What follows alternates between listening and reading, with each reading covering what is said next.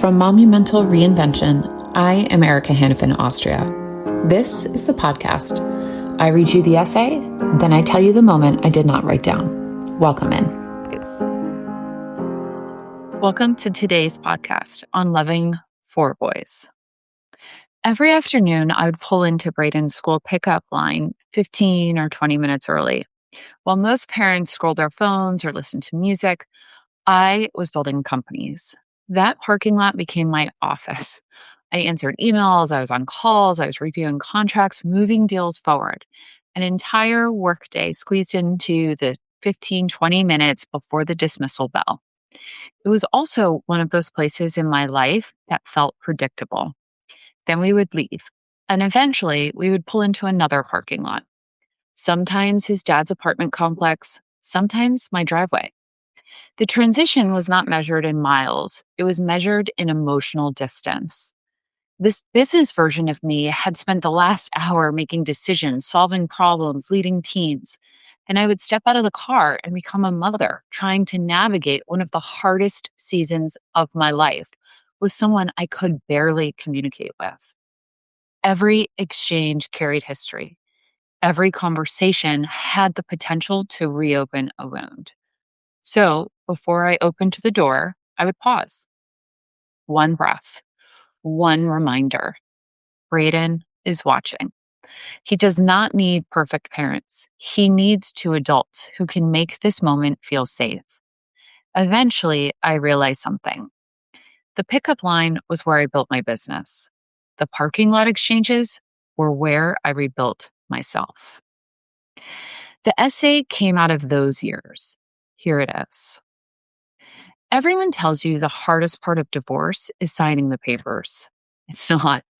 The hardest part is the first conversation after. Every text felt loaded. Every email carried years of hurt. Every exchange somehow became about the marriage instead of our son. I remember sitting in my car in a parking lot, staring at my phone for 20 minutes, trying to write one simple response about a school pickup. Every version I typed either defended myself, corrected something small, or reopened a wound I thought I had stitched shut months ago. We were not communicating.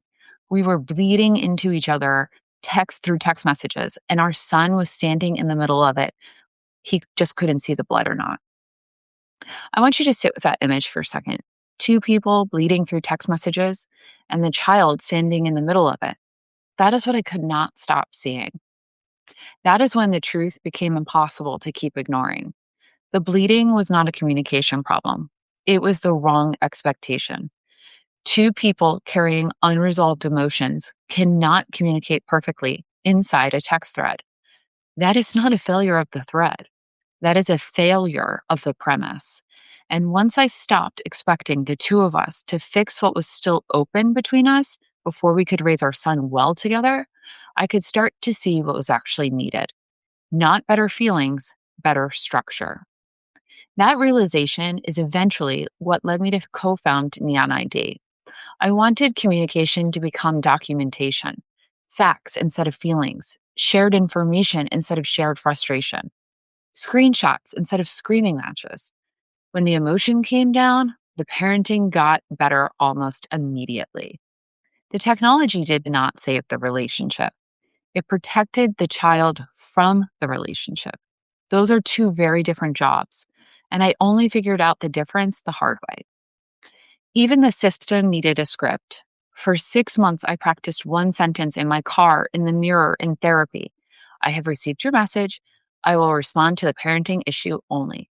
Sometimes that was the entire reply. Other times it became, I am choosing not to respond to the parts that are not about our son. Those sentences took months to learn. Not because they were difficult to write, because they required me to stop trying to win. Somewhere inside that practice, I stopped explaining myself. That sounds cold. It was not. I realized my son did not benefit from two parents constantly proving who was right. He benefited from one parent willing to end the argument. Every explanation I did not send became another ounce of peace he did not have to carry. Every unsent paragraph became a piece of childhood I got to hand back to him whole.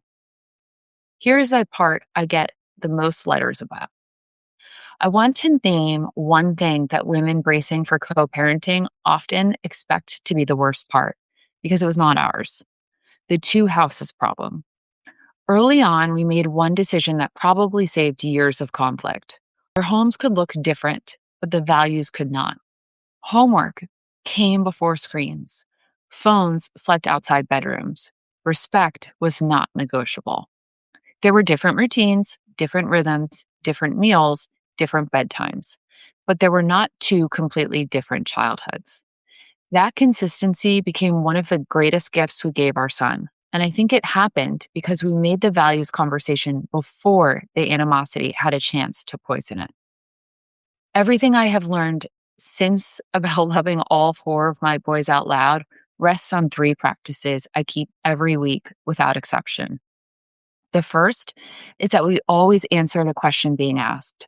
No secrets, no dismissing feelings, no speeches disguised as answers, just honest replies the boys can trust in language that fits their age. The second is that we protect connection before correction. Whether the moment is homework, behavior, or a hard conversation about something that happened at the other house, I want every one of my boys to know that nothing they can do will make them wonder whether they belong here. The third is that we create rituals they can count on. Dinner together whenever the schedule allows. Checking in about the day, not the calendar. Saying I love you every single night and meaning every syllable. Children do not remember every conversation you have with them. They remember consistency. They remember whether you were where you said you would be. Years after the first hardest text, our family grew. Not all at once, one relationship at a time.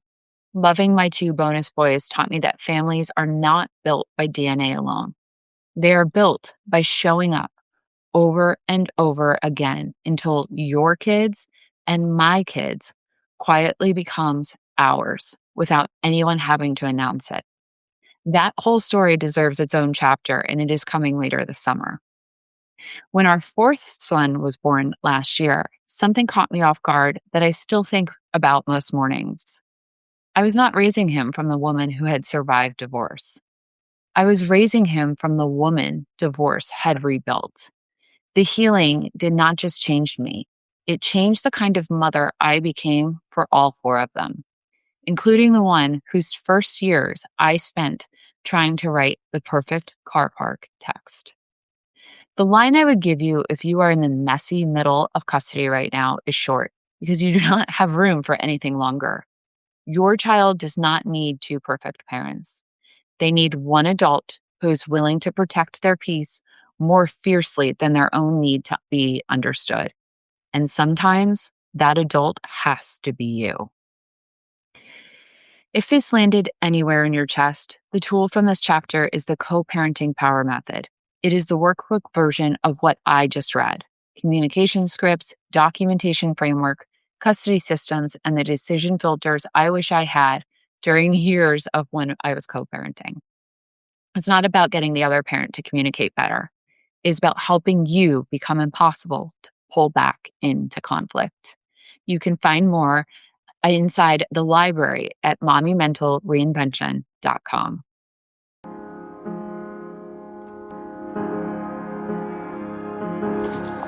That was MOMumental Reinvention. That was MOMumental Reinvention. At the exact right moment. If this episode found you at the exact right moment, it is what happens when women rebuilding. It is what happens when women rebuilding. Stay close for the next episode. Another essay voiced. Another story I did not write down. Another story I did not write down. Reply to this one and tell me what landed. Reply to this one and tell me what landed. Thread who is holding too much and would never say so. Who is holding too much and would never say so. If you have not yet. And because I only make this for people who are actually rebuilding. Because I only make this for people who are actually rebuilding. You are becoming MOMumental. See you soon. You are becoming MOMumental, Erica. See you soon. MOMumentally, Erica.